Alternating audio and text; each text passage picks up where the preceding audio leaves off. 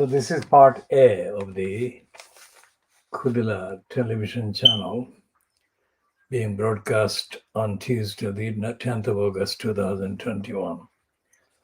Now this piece on page 9 of part 2 of the Times, that is times 2, today, Tuesday, the 10th of August, 2021, is a kind of rare piece because it talks about Helen MacDonald, we call Geronimo's mom. And it's something that has not been included in the Fleet Street coverage so far of the campaign to stop the plotted murder of Geronimo. What is happening is that this is the dark age. This is the dark age because the phrases like mother of parliament, mother of democracy, and the English legal system, and so on, these are exposed as being not present in Britain. And this piece on Daily Mirror page yesterday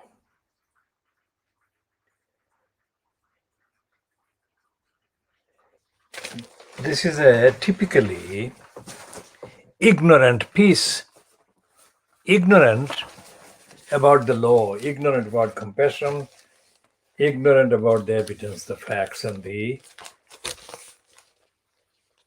basis of the lying. Basis of the lie that Boris Johnson's cabal is perpetrating, despite the fact that even his father here, shown in the piece in this morning's Metro newspaper, which is part of the Daily Mail group. And what they're saying in that piece is the routine thing. They're not talking about the human rights of Helen.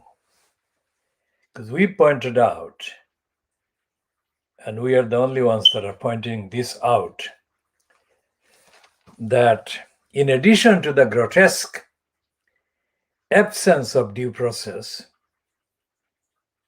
being made available to protect and save Geronimo from the corrupt and criminally conceived conspiracy to murder him,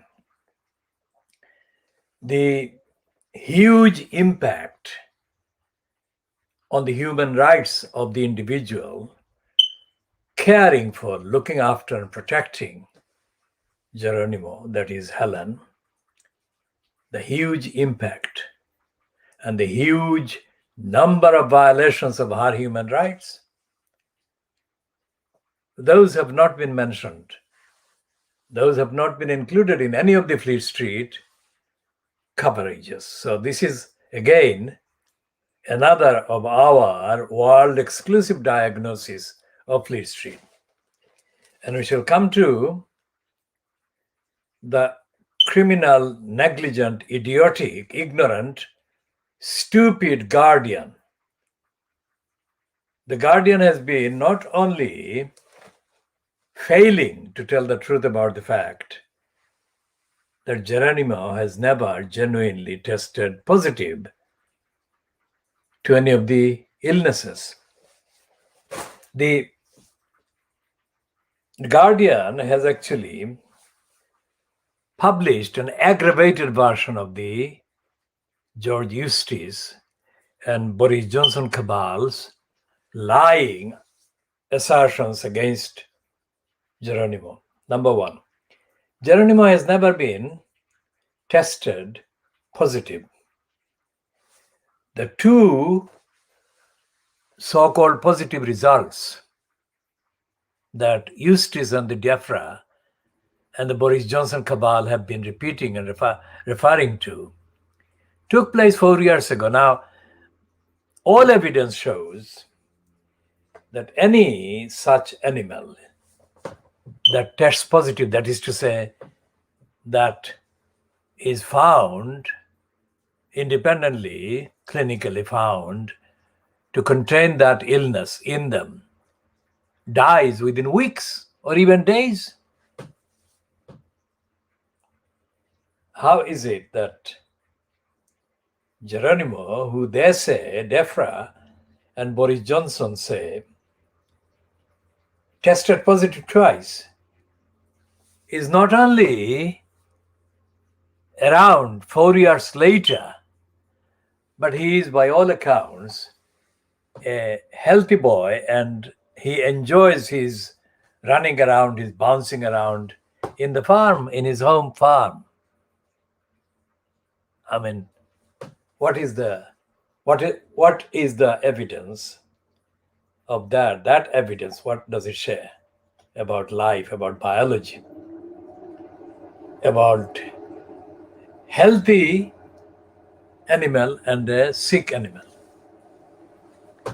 Because there is no way that Geronimo could be ill or have the illness or have the disease.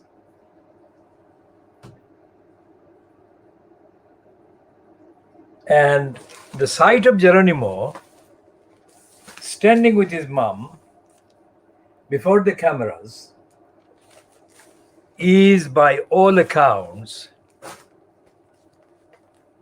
proof. All accounts prove that he is very much not sick. And the other thing is that for 4 years he has been living next to other animals, including other alpacas, other camelids, that is of his species or neighboring species.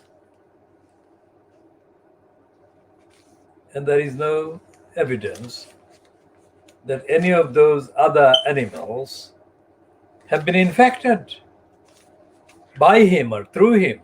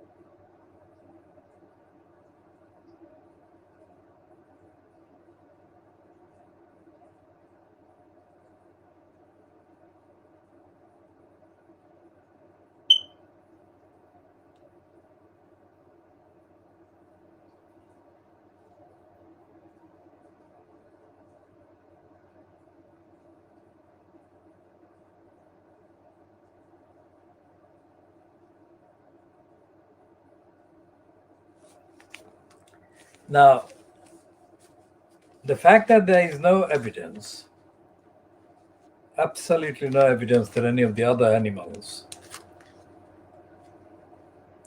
living in the farm, Helen's farm where Geronimo has been living,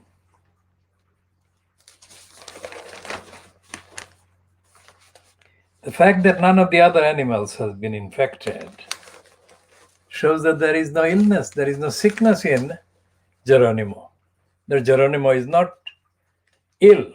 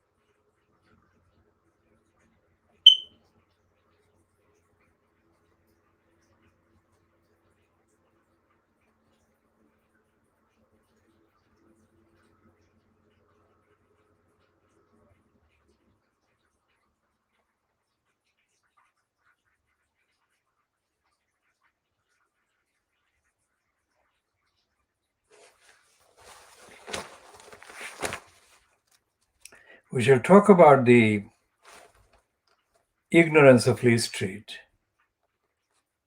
and we shall focus on the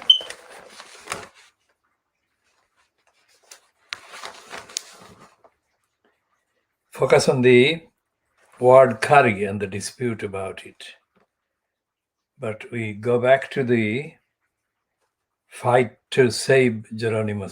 Pages 6 and 7 of the Sun today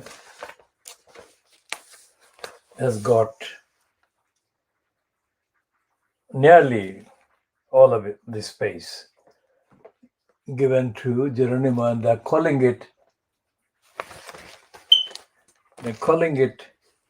Alpa Calypse now. That is to say, they're doing a pun on the word apocalypse by using Alpa Calypse,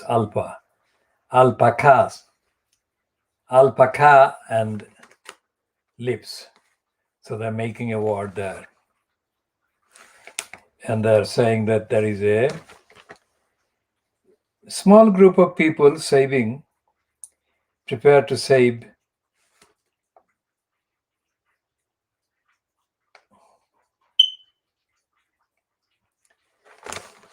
Geronimo. So they're calling it the Ring of Steel at the farm.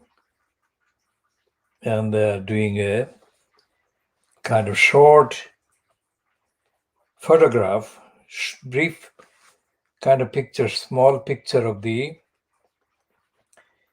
Geronimo did not fail a validated test demonstration that was briefly staged and held in the street outside the Downing Street yesterday.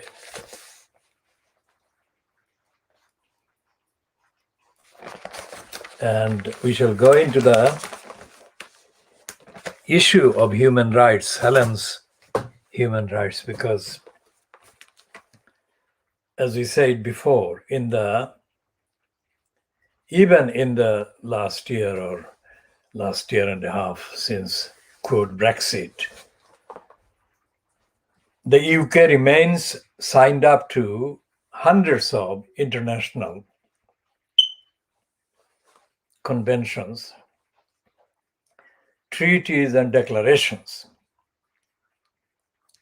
These are nothing to do with the UK's former membership of the European Union. So these ones have a significant number in them about human rights. This is a legal thing. This whole statement I'm making, analysis, is legal. And one of the reasons that we call this the world exclusive diagnosis of Fleet Street is on the 100% strictly factual, evidence-based diagnosis that we carry out. Anyone watching this for the first time, either currently live or after it has been broadcast. I mean, this is now being broadcast in the morning. of Tuesday, the 10th of August, 2021. And we realize that many people who might come across this will do that after the broadcast, not live as it is going out now on the internet. And the reason why we say that this is a diagnosis, world exclusive diagnosis of Fleet Street, is because of the following. That despite the fact that they have got more contemporary resources and access to personnel to carry out manually in-depth studies and analysis of the newspapers, Fleet Street newspapers. Neither the BBC News, one of the world's biggest news producers, or Sky News, that is UK Sky News owned by Rupert Murdoch, has got operations in other parts of the world, including in Australia. And we are talking about the Sky News here in the United Kingdom. And then ITV, Channel 4 News. None of them produces or broadcasts any comparable analysis or diagnosis that this one is. And it's because they don't have an agenda of independent investigation, ethical, moral, democratic analysis. So we are the only ones that are doing this. We do this. And none of the academic versions of investigation into the media does any live programs like this one. And we particularly mention the one in Scotland, the Glasgow University Media Center or Unit. That doesn't do it. Now, this one on the Daily Mail today, page 5, it reads, revealed dossier that shows ministers must think again on Geronimo. This is the one that is based on the revelation that DEFRA, the department that is fronted on behalf of Boris Johnson's cabal, fronted by George Eustice, murdered 9 animals on the ground that they were infected. And all 9 of them were murdered criminally, intentionally, negligently, fascist way, fascistically murdered. Because all of them, when examined after their being murdered, produced negative results to the test. The generic word test, but the test itself comes in various forms and shapes, including, as in the case of Geronimo, government department manufacturing, inventing a variety of ways to produce a result that they can use against the animal, even if the animal is found to be absolutely perfectly healthy. So let's read this one.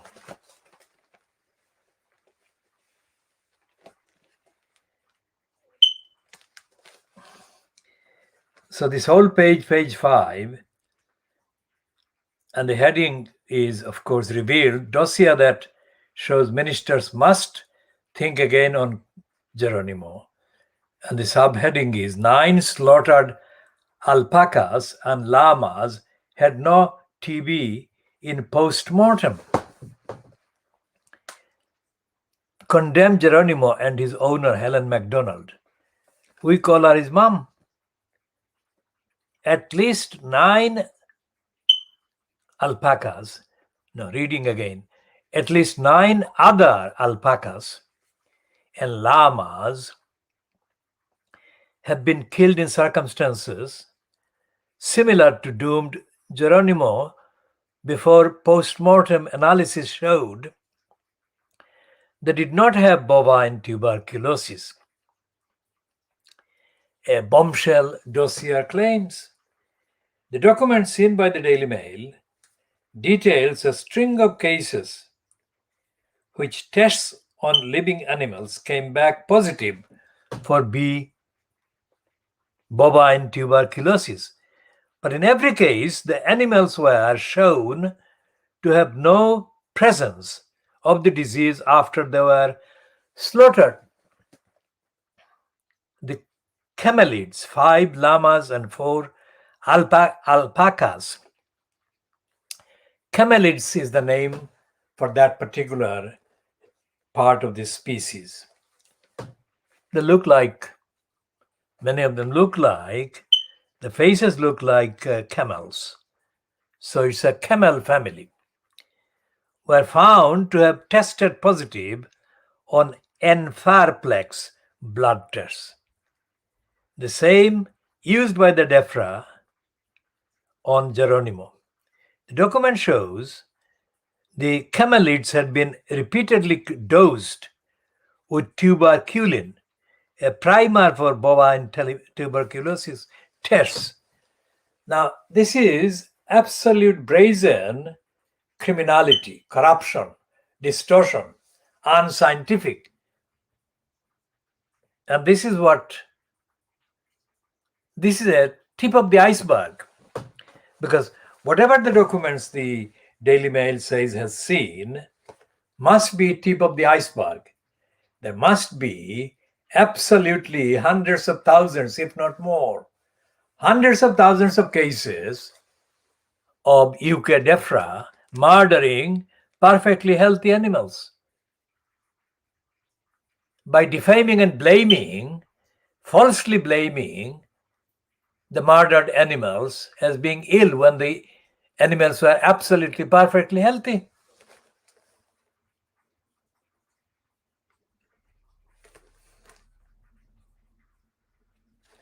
And the Daily Mail goes on to say it was compiled from data sent to Shear Farm, the Enfarplex test developer, and includes cases dating back as far as 2014. In each case, the document shows the levels of the antibodies detected in the camelids. A separate note next to each case provides a damning verdict. Each was marked for slaughter and then received a post-mortem examination which found no evidence of the disease. We shall be talking more about that later in this edition, because we are going to discuss in this edition a few other things, including the facts-based, evidence-based assertion that we have been making that Keir Starmer has politically murdered the Labour Party.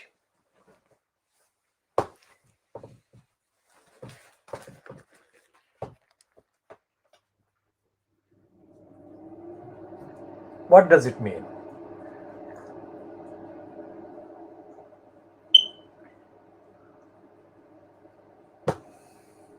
Well, in the context of the murder plot against Geronimo, in the context of this, there should be, and by now there should have been, definitive statements condemning this on behalf of a living political party in Parliament, that is the opposition party supposedly. None has come. The fact that none has come shows that the Labour Party has been politically murdered.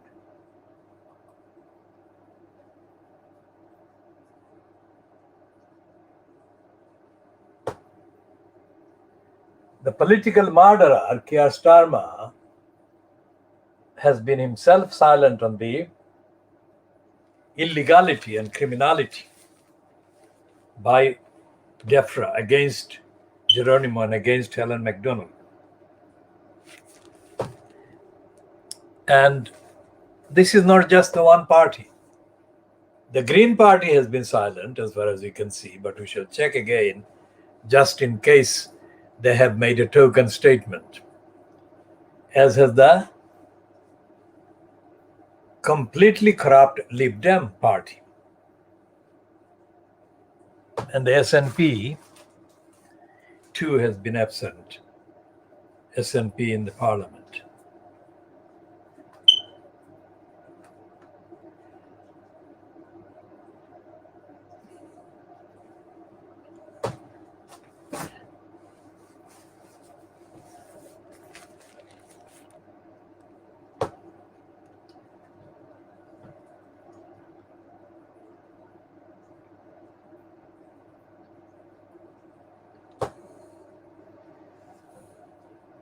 Now, if there is a parliamentary kind of convention or protocol applying to the numerically the largest bloc in opposition or among the opposition MPs, for example, the name Labour Party attached to and carried by each individual MP, if there is a protocol saying that they cannot make any comment about a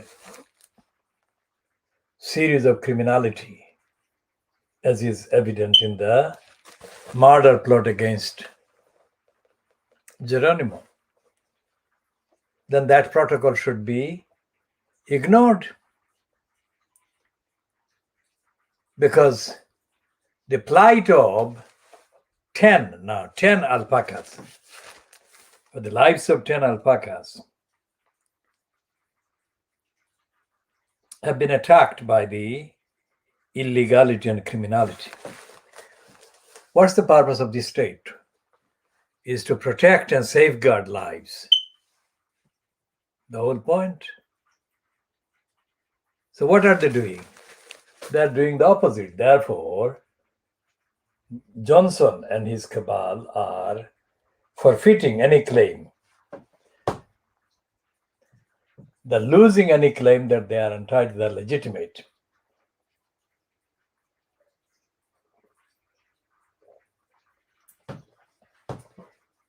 And this is something that any basic democratic, constitutional, compassionate opposition must be up in arms about. Yet there is deadly silence. There is deadly silence on the part of Keir Starmer.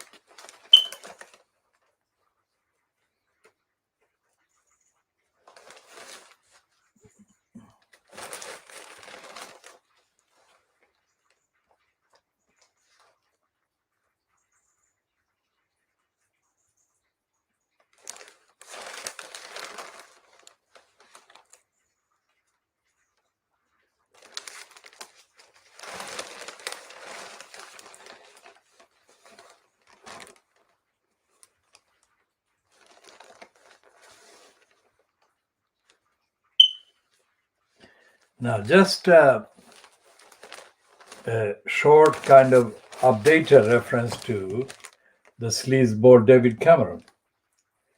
The Daily Mail on page 15 today, Tuesday, the 10th of August, 2021, is going back to some of the headlines that it ran, or headings it ran.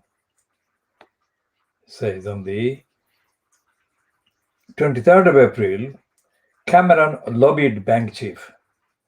14th of May, Cameron under the grill. 7th of July, taxpayer could lose 335 million of our green sales loans.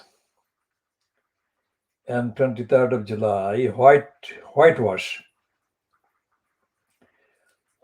claim as Cameron is cleared in Green Seal review. Now that was the 23rd of July. Now today is the 10th of August.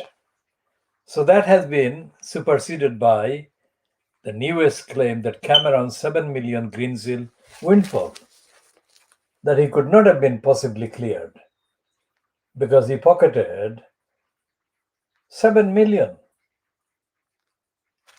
And that money came from the British Society. Lobbying row, ex-Prime Minister cashed in shares before bank collapsed. Whatever it is, whoever the shareholders are, the money that the shareholders pocketed came from the public.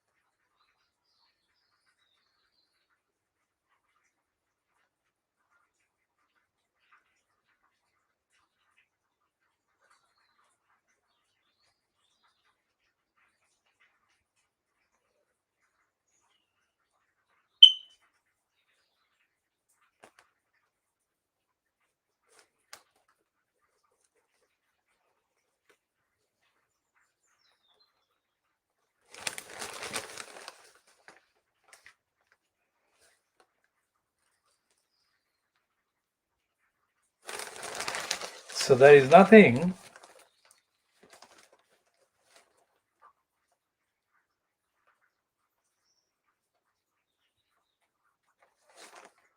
in the editorial column. There are two items in the editorial column, the Daily Mail today, but nothing about Geronimo in the editorial, although they've got this huge piece on page 5, which is significantly less corrupt than the usual run.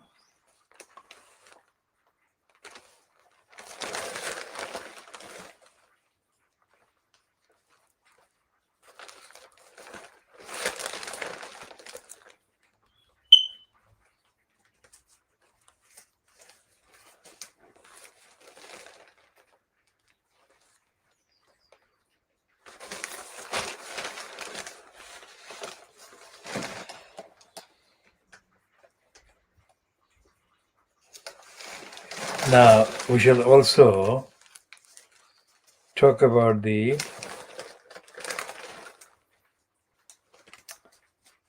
issue that is on the list of the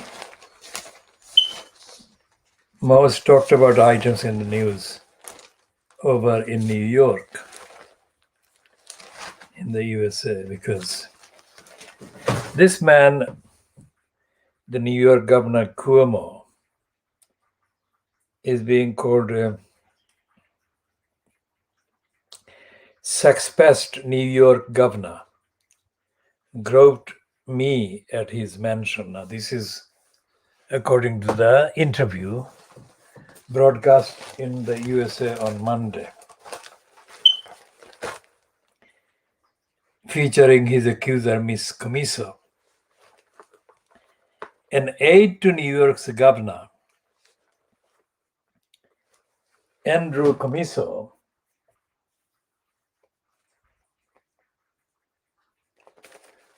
has claimed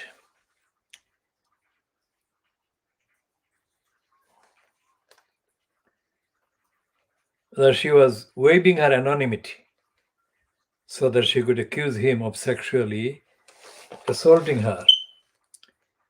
Brittany Comiso, 32, claimed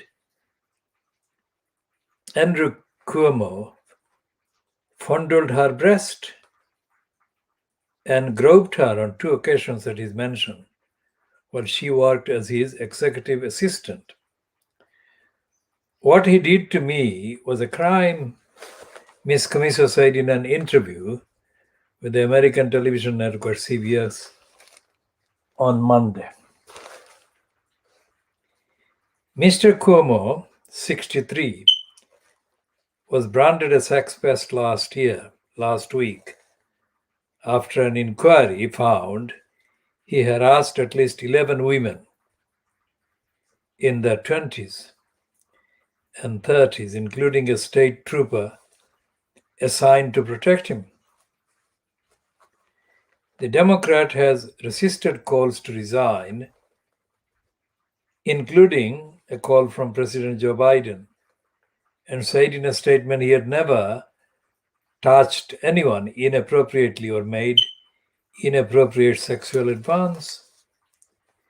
Ms. Comiso said she was previously afraid to speak for fear of being smeared by the governor, but decided to speak out after hearing his denials. She claimed he first groped her in December 2019 after he suggested they take a selfie together. I felt while taking the selfie his hand go down my back onto my butt and he started rubbing it, she said, not sliding it, not, quickly brushing over it, rubbing my butt. Ms. Comiso, who began working in the governor's office in 2017, said this left her so nervous that her hands shook, making it difficult for her to take the photo. She claimed he groped her at his mansion again last November after hugging her in a sexually aggressive manner, adding he put his hand up my blouse and cupped my breast over my bra. Maybe to him he thought this was normal, but to me and the other women he did this too. It was not normal. Mr. Cuomo has denied the episode took place, telling New York state investigators to touch a woman's breasts who I hardly know in a manner with 10 staff around, with my family in the mansion, to say, I don't care who sees us. I would have to lose my mind to do such a thing. Mr. Cuomo became a national hero for his response to the pandemic, but is now fighting for his political life. Melissa DeRosa, His secretary quit at the weekend, describing the past 2 years as emotionally tiring. Now, these are American kind of political persons, political post holders. And they may be American, they may not be British, but they share the same British kind of criminal entitlement, sense of entitlement that are aggressively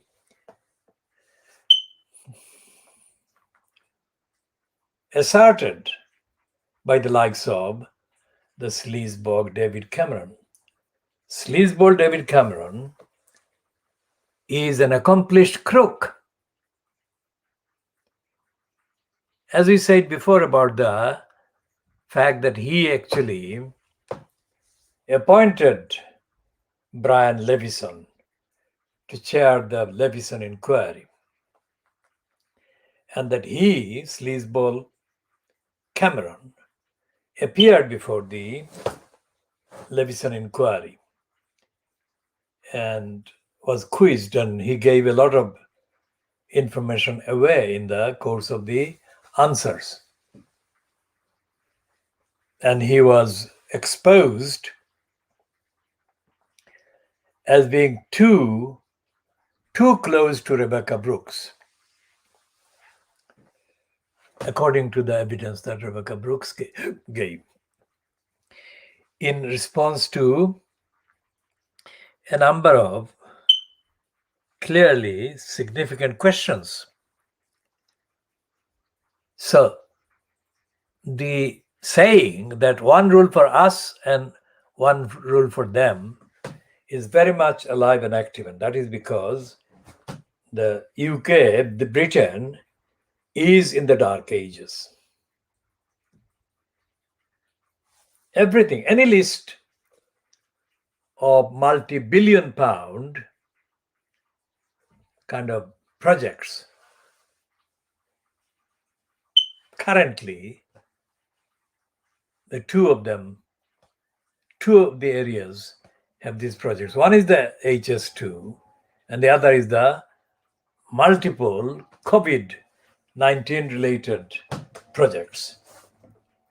These are multi-billion, multi-trillion pounds worth of projects that are being used to siphon billions and billions of pounds of public money to criminals, most of whom are in the big business, the operators' big business, and they donate money to the conservatives. And the fact that this is going on and has been going on without even a mention of this by the so-called opposition constitutes another definitive proof that politically the Labour Party is dead. And the third point we go back to concerns Helen Macdonald and the brazen lack of due process. Because due process is supposed to be, let's read a bit of the due process. Let's see what it says.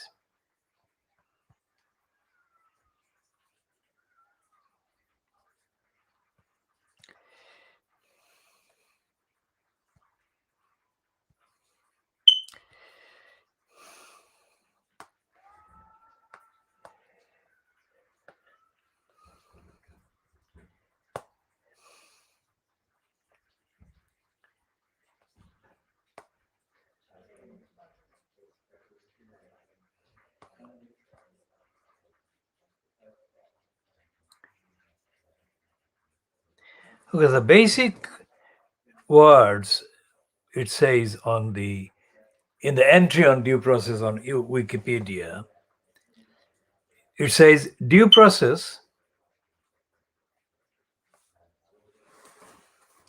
is the legal requirement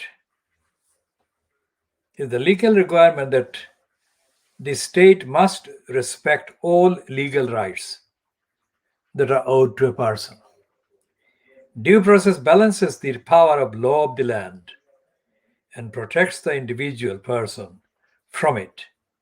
When a government harms a person without following the exact course of the law, this constitutes a due process violation, which offends the rule of law. Both due process and the rule of law have been brazenly defied by the Cameron behavior and also by the behavior of Theresa May during the years that she was in post and allowed the harassment and the lies against the owner, we call the mom, Geronimo's mom, Helen MacDonald. Earlier, yesterday, we said that according to the international treaties, many of Helen MacDonald's human rights have been violated, and they have been violated in breach of the UK's Domestic Act of Parliament, the 1998 Human Rights Act, and the Equality Act. And here it is objective, that is to say, it's not confined to the UK, it's not confined to any particular country. It's an international, objective, accepted range of rights that are owed to Helen MacDonald in the context of her 4 years battle so far to protect Geronimo from the illegalities, the criminalities, the unscientific, corrupt, dishonestly contrived conspiracies to murder Geronimo.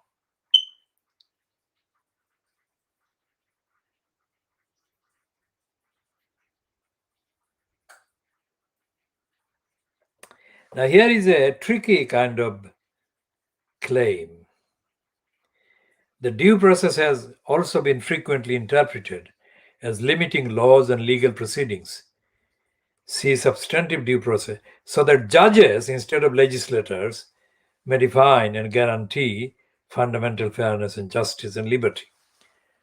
Now, this is in the context of the behavior of Boris Johnson and George Eustice and the behavior of the series of courts. This is not applicable, this claim that due process assertion limits laws and legal proceedings, because Eustice, Johnson, and the judges have behaved in uniformly corrupt and fascistic anti-due process ways.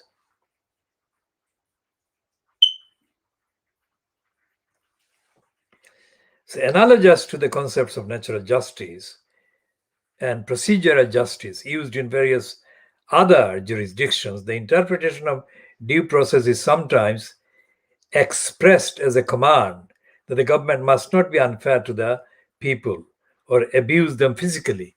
Well, it must be a laudable command if that is the case. The term is not used in contemporary English law, but two similar concepts are natural justice, which generally applies only to decisions at administrative agencies and some types of private bodies like trade unions, and the British constitutional concept of rule of law as articulated by A.V. Dicey and others. However, neither concept lines up perfectly with the American theory of due process, which, as explained below, presently contains many implied rights not found in either ancient or modern concepts of due process in England. Okay, the due process developed from Clause 39 of the Magna Carta in England. Reference to due process first appeared in a statutory rendition of clause 39 in 1354. Thus, no man of what state or condition he be shall be put out of his lands or tenements, nor taken, nor disinherited, nor put to death without he be brought to answer by due process of law. When English and American law gradually diverged, due process was not upheld in England, but became incorporated in the US Constitution. In clause 39 of the Magna Carta, issued in 1215, John of England promised, no free man shall be seized or imprisoned or stripped of his rights or possessions, or outlawed or exiled, or deprived of his standing in any other way, nor will we proceed with force against him, or send others to do so, except by the lawful judgment of his equals, or by the law of the land. Now, these terms, law of the land, need further contextual explanation. Magna Carta itself became part of the law of the land. And clause 61 of that charter authorized an elected body of 25 barons to determine by majority vote what redress the king must provide when the king offends in any respect against any man. Thus, Magna Carta established the rule of law in England by not only requiring the monarchy to obey the law of the land, but also limiting how the monarchy could change the law of the land. However, in the 13th century, the provisions may have been referring only to the rights of land owners and not to ordinary peasantry or villagers. And the various debates that took place for 500-600 years, 700 years since the beginning of the Magna Carta, have not been conducted in the UK or in Britain or in the USA to any standard, in my opinion, required by the objective test. And that continues. And this conspiracy to murder Geronimo, as highlighted as a conspiracy in the piece published by the Daily Mail today, that 9 other alpacas were murdered, llamas and alpacas were murdered and were found to have been innocent of the allegation that they were sick. Now, the fact that this issue is being kind of presented every time as a new one, as no definitive rights of the animal or the animals and their owners, the human rights, are being referred to in the papers, in the news coverages, shows that the predominant agenda and the narrative in the UK, in the public sphere, remains consigned in the dark ages. And we shall continue that one. As I said, we have to continue.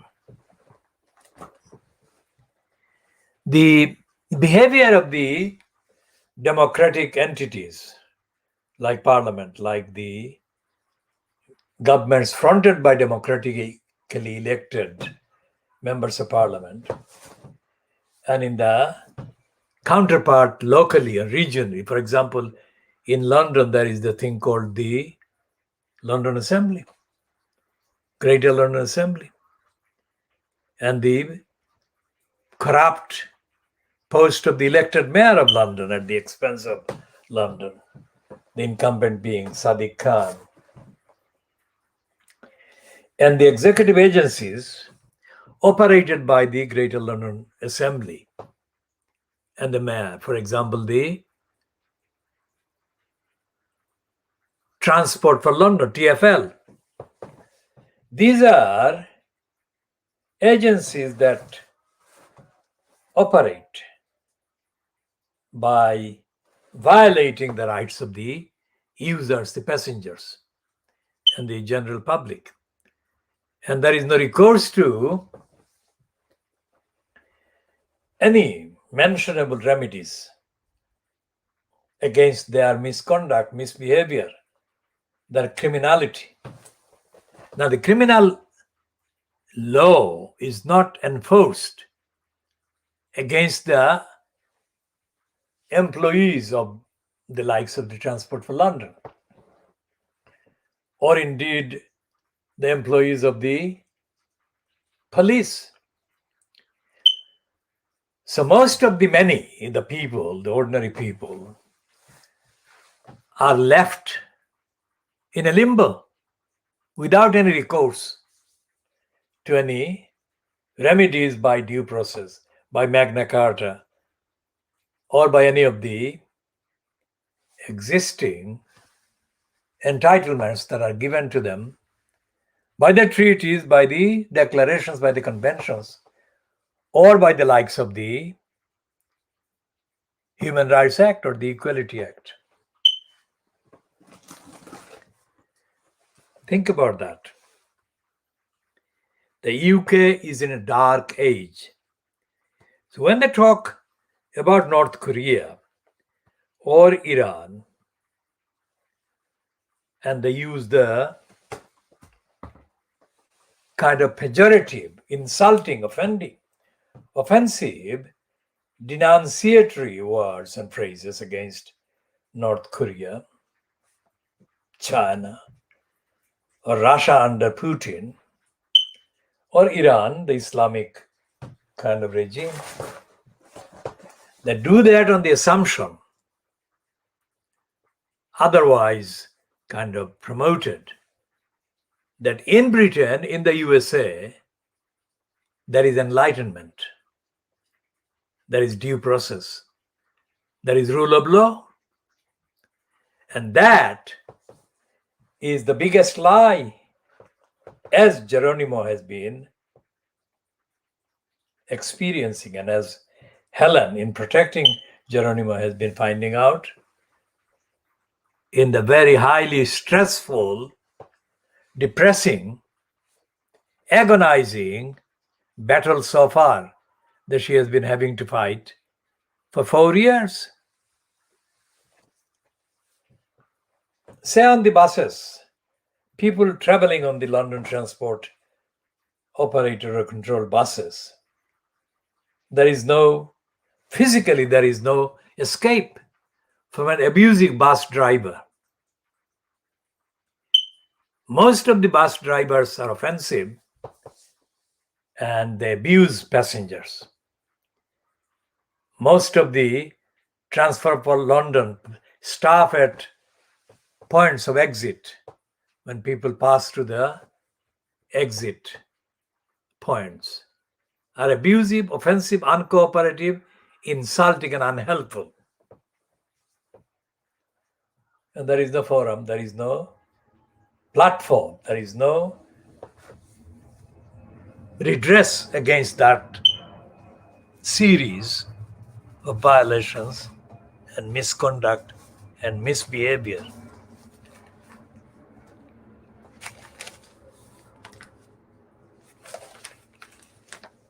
So we shall go back to the Times, on the main section of the Times, and look at the cartoon in Times today that actually puts Geronimo in the picture and contrasts the lies by Eustace and Boris Johnson against Geronimo by showing the example of the humans destroying the climate, destroying the planet, and saying that those who so destroy the planet have no right, no moral right, evidential right, factual right to condemn Geronimo.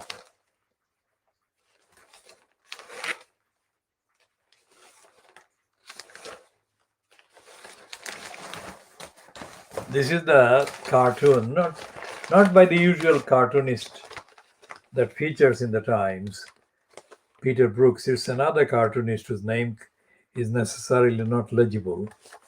So it says, "And you lot call me sick." It's IPCC, Humanity Killing Planet. That is the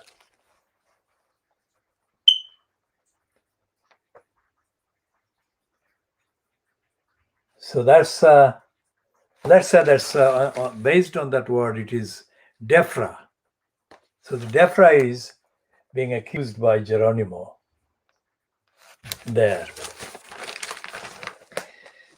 So that's the cartoon in the Times that shows that Geronimo is not guilty. And here, the Times says in a news piece that rules are rules, alpaca minister insists. Now that's a lie. And the fact that the Times is running that as the heading without any quotation marks around it shows that the Times is not properly edited, not basically competently edited.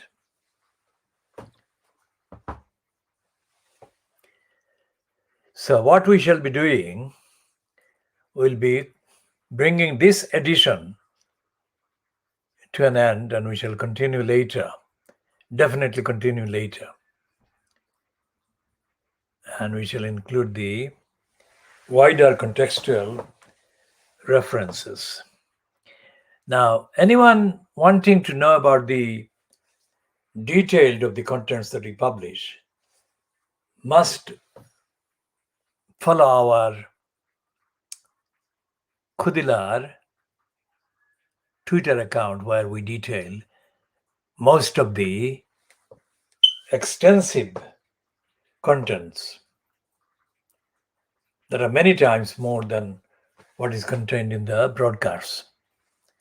And we also run Facebook accounts, but the Twitter account on Khoodeelaar is the one that publishes 24/7, round the clock. And today is the anniversary, 13th year anniversary of the launch of the Twitter account on Khoodeelaar, 10th of August 2008. And in recent times, we have been posting a lot of short tweets about animals, especially about kittens. But essentially, the main contents that we publish are about various campaign issues, legal issues, ethical, moral issues. And most of our contents are, of course, world exclusive. So it would be like, now we are running on Twitter, one Twitter account alone, we are running 105,000 tweets that are counted by the twitter.com platform itself. But we have about 100 different accounts, not only on, we've got Twitter accounts on Facebook, accounts on blogger.com and other addresses. So we'd say that from the start of the century, about the start of the century, we began publishing online. Many of the published posts have become kind of deleted by the platforms, deleted from the online platforms, but they must exist somewhere. So we would say in the last 21 years, the Khoodeelaar campaign has coordinated, created, operated, and represented by me, Muhammad Haque. We have posted online alone, we have posted several million words and several 100,000 posts. So you count the number of hours and the number of conventionally routinely defined kind of volumes, and you find a huge collection of original work created by me and concerning all publicly known disciplines of knowledge, original, world exclusive, and produced and made available absolutely not with paywalls. So if these have to be paid for by the people who access them, each one or each individual set would require a few £100,000 worth of fees.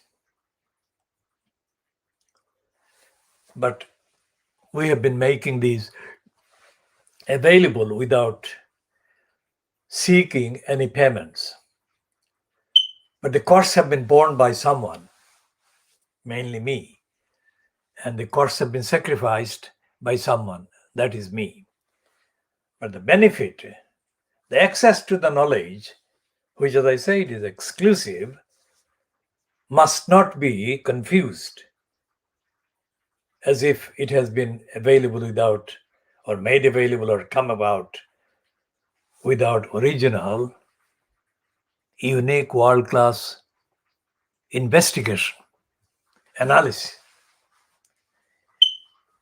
And this is something that we shall be updating on in due course from time to time. The name Khoodeelaar, of course, is a word in Siloti language that I created. And this was inspired by, motivated by, prompted by the then attack on the East London area called Brick Lane in the London Borough of Tower Hamlets. The attack symbolized at that time in 2003 by the then plan to dig a hole in Brick Lane, thus destroying Brick Lane as a community. Under the guise of the Crossrail line. That was 2003. This is 2021. 18 years on, Crossrail has been built, but it's not been operating. And many of the lies that the agents of the big business agenda operated through Crossrail perpetrated, and we pin them each time. Many of the lies have been time and again exposed as lies, and we have been time and again, relative to each of the lies, we have been vindicated. That's the pattern. That is the pattern of the Khoodeelaar campaign and also of the movement defending the community in the East End of London.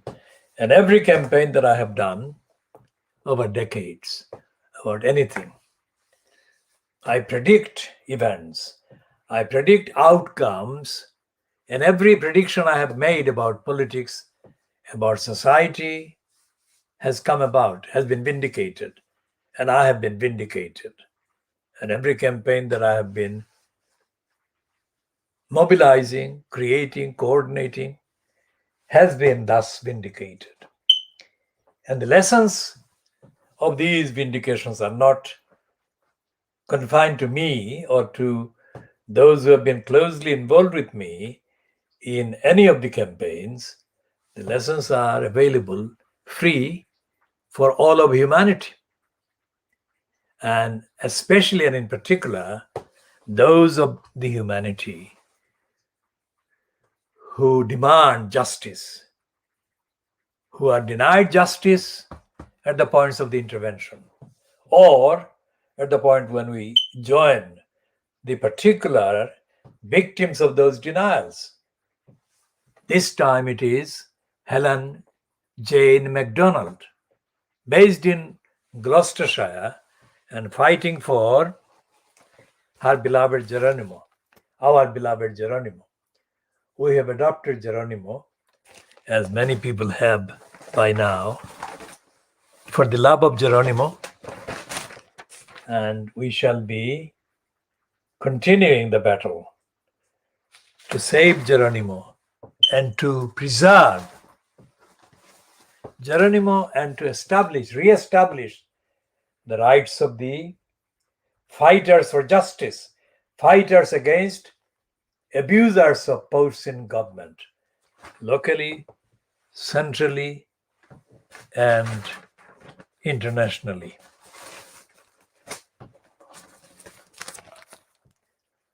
So we shall bring an end to this particular part A of the Khoodeelaar campaign, broadcast as KhoodeelaarTV channel. This is probably just after 1.5 hours. We shall check and we shall see.